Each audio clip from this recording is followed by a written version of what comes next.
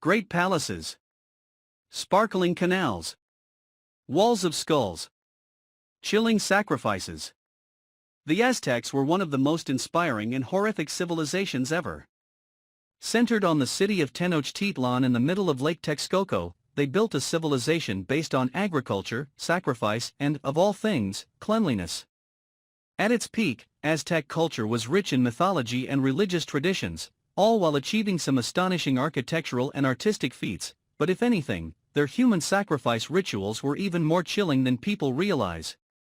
Keep watching to discover 54 incredible facts about the Aztec civilization. 1. Aztecs would commonly bury their deceased under the houses that they occupied while alive. 2. Floating city. The Aztec built their city of Tenochtitlan right in the middle of the salt Lake Texcoco. Why put a city in a lake? According to legend, the wandering Mexica tribes followed an ancient prophecy that told them to build a great city. The prophecy foretold that the location of the city would be revealed by an eagle on top of a cactus with a snake in its beak. They finally witnessed this sight, on a tiny, swampy island in the middle of Lake Texcoco. It wasn't ideal, but prophecies are prophecies, and Tenochtitlan was founded around the year 1325. By the way, if that eagle, cactus, and snake image seemed familiar to anyone, you've probably seen it before. It's right in the middle of Mexico's flag. 3. The city of Tenochtitlan was known to be very clean for the time period. It even had garbage men. 4. Unsurprisingly, it took a lot of work to make a whole settlement on the water. There were dams, bridges, canals, and lakes within the city so people would travel by boat just like in modern-day Venice. 5. All the achievements of the Aztecs are made more impressive when you know they had no beasts of burden, never discovered the wheel, and had no steel or iron. 6. Aztec people would sometimes sell themselves or their children into slavery in order to pay off debts. That's a good motivator to do your chores. 7. The Aztecs' form of slavery made it possible for slaves to eventually buy their freedom back once a debt had been worked or paid off. 8. On occasion, Aztecs would sacrifice a dog and bury it along with a deceased person at their funeral. They believed that a dog could guide the spirit to the afterlife. 9. Europeans started using the term Aztec to refer to the people who lived around the city of Tenochtitlan, but that's not what they called themselves. They referred to themselves as the Mexica. 10. Tanaka is another name the Aztecs went by, named after their city Tenochtitlan. The Aztec capital was a thriving metropolis for centuries and it's still around today. Maybe you'd know it by its modern name, Mexico City. 11. Ahead of their time, the Aztecs were one of the first societies to implement mandatory child education. If you thought Scantron was annoying, try chiseling your test answers into rock. 12. The Aztec pantheon featured many different gods and goddesses. Each of them controlled one or more facets of Aztec life, such as daily activities and nature. There were many agricultural gods because farming and natural elements were central to their culture. 13. Aztec gods and religion demanded more human sacrifices than any other faith in history. Priests would conduct these rituals at the pyramids of the sun and moon. Roughly 500 to 700 people were killed each year in order to appease the gods. 14. Most of the people sacrificed were prisoners of war. It is believed that the Aztecs would arrange battles with their enemies for the specific purpose of each side being able to capture prisoners for sacrifice. Good day to call in sick to work. 15. The Aztec religion could be brutally literal at times. During periods of drought, priests would sacrifice children specifically because they believed that the little ones' tears would bring rain. In 1980, archaeologists found the remains of 42 child skeletons near a large Aztec temple. 16. The Aztecs were the first people to introduce Europeans to chocolate. I'm sure every dentist would like to personally thank the Aztecs for all that sweet cavity money. 17. The Aztec alphabet consisted of detailed drawings and hieroglyphs. It was a very advanced system used to keep records of everything from taxes to sacrifices. 18. Some of the larger stones that the Aztecs used to build their temples weighed in at roughly 44 tons. Although they used boats extensively to transport construction materials, once they got to the building site the blocks had to be moved by hand, without the use of wheeled carts or beasts of burden. 19. Just how important was chocolate to the Aztecs? They actually used cacao beans as currency for small purchases, though when it came to bigger items, they used standardized lengths of cotton cloth instead. 20. Ullamalisli, also known as the Mesoamerican ball game, was a popular team sport that involved getting a rubber ball through small stone hoops without it touching the ground. Players could only use their knees, elbows, hips, and head to do so. Picture a mix of handball, squash, and basketball. This wasn't just fun and games though.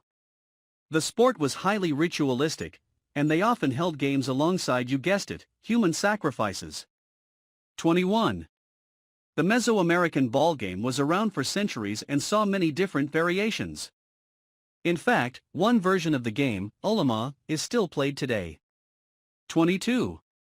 Even if the ball game had nothing to do with human sacrifice, it would still be a brutal blood sport. The heavy rubber ball, like a massive lacrosse ball, could seriously injure any players. The Spaniards noted that players of the game were usually covered in horrific bruises. They even reported seeing players die during games. 23. Some historical records indicate that different Aztec city-states would use the ball game as a way to avoid military conflict. Rather than waste their soldiers in battle, they would settle disputes on the ball court, though given how brutal the sport could be, maybe open warfare would have been the more humane strategy. 24. The skulls of sacrificed former players would often line the courts used to play Ullamalisli.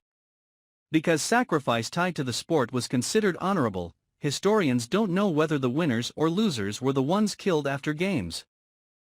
25. There were 365 days on the Aztec calendar, based on the movement of the sun. A year was divided up into 18 months, each with 20 days, and every day had a name. This left 5 nameless days at the end of the year, which they considered to be very unlucky. 26. The Aztec diet consisted mainly of maize, potatoes, tomatoes, squash, beans, and chocolate. Aside from what they grew, the hunting of coyotes, armadillos, snakes, rabbits and wild turkeys was also common. They practically had their own whole foods. 27. With a top-notch agricultural setup, the Aztecs also developed a comprehensive irrigation system that helped strengthen their civilization. 28. Polygamy was a widespread practice amongst Aztec males, although it did come with certain boundaries. While official records acknowledged all wives, only the first wife received a wedding ceremony. Furthermore, some historians believe the term tying the knot came from the Aztec wedding tradition of literally tying the bride and groom's robes together. 29. At its peak, Tenochtitlan was one of the biggest cities in the world. Historians estimate that the city held between 200,000 and 400,000 people at the time of Spanish arrival. In Europe, only Paris, Venice, and Constantinople would have been bigger. It would have been 5 times the size of London under Henry VIII. 30. Aztec cuisine is very much alive and well today. They mostly ate corn, chili, beans, squash, tomato, avocado, and chocolate. In fact, many common English names for foods, chocolate, tomato, chili, avocado, tamale, taco, pupusa, chipotle, pozole, atole, come from Nahuatl, the Aztec language. 31. Xipe-Totec, meaning our Lord the Flayed One, was the Aztec god of agriculture, vegetation, the east, disease, spring, goldsmiths, silversmiths, liberation, and the seasons. They believed that he flayed himself to provide food for humanity.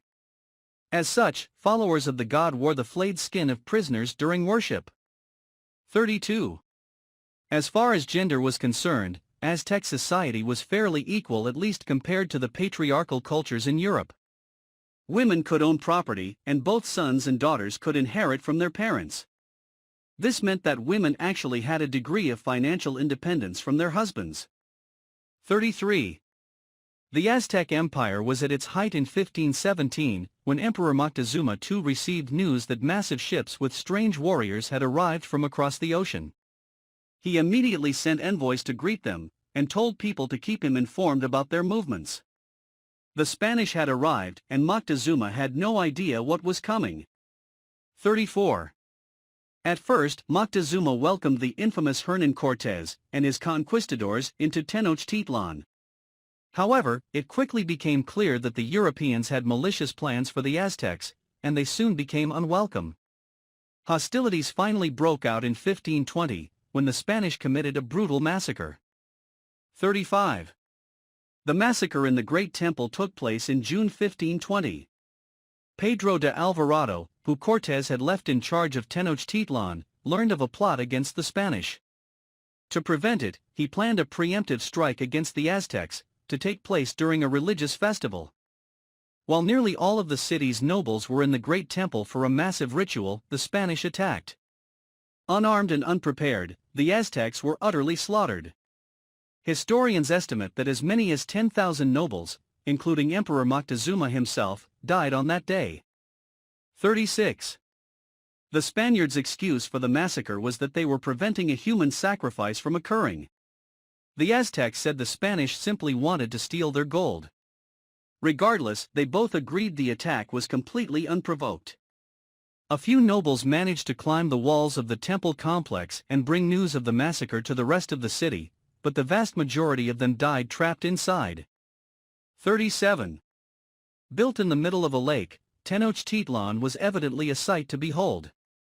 When Spanish soldiers first saw the city, they were enthralled with its beauty, and many of them thought that they were dreaming. 38.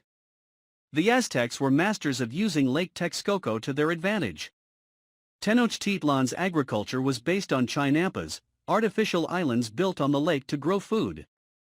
They could be cultivated year-round, they irrigated themselves, and they yielded an amazing amount of food. The chinampas were separated by narrow canals, and the farmers who tended to them got around by canoe. 39. The Templo Mayor was the centerpiece of Tenochtitlan.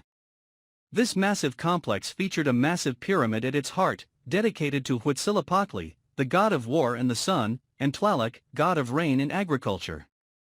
The temple was actually rebuilt 6 times in the span of 2 centuries and reached its greatest size, over 60 meters tall, just before the Spanish conquest. After the Spanish took over, they raised the pyramid and built a cathedral in its place. 40. The Aztecs believed that Huitzilopochtli and Tlaloc actually lived in the Great Pyramid. Every year during a religious festival, they built an idol of Huitzilopochtli out of amaranth seeds, honey, and human blood. Then, at the end of the festival, they broke the idol apart and gave it to the people to eat. Yummy! 41. Quetzalcoatl, the Aztec god of wind, was depicted as a massive feathered serpent. This ferocious image inspired paleontologists, who discovered the skeleton of the largest flying animal ever. Called Quetzalcoatlus, this pterosaur had a wingspan of over 35 feet, the size of a small airplane. 42. Anyone who's been to Mexico City might be confused to hear that Tenochtitlan, the great floating city, once stood there. Why? Well, there's no massive Lake Texcoco anywhere to be seen near Mexico City. During the Aztec era, extensive dams were used to control the level of the lake, but they were destroyed during the Spanish siege of Tenochtitlan. These were never rebuilt, and early Mexico City had to deal with almost constant flooding. Finally, to stop the floods, Lake Texcoco was drained for good in the 20th century. 43. As it turns out, draining a massive lake isn't exactly good for the local environment. Several species from the region have since become endangered or gone extinct.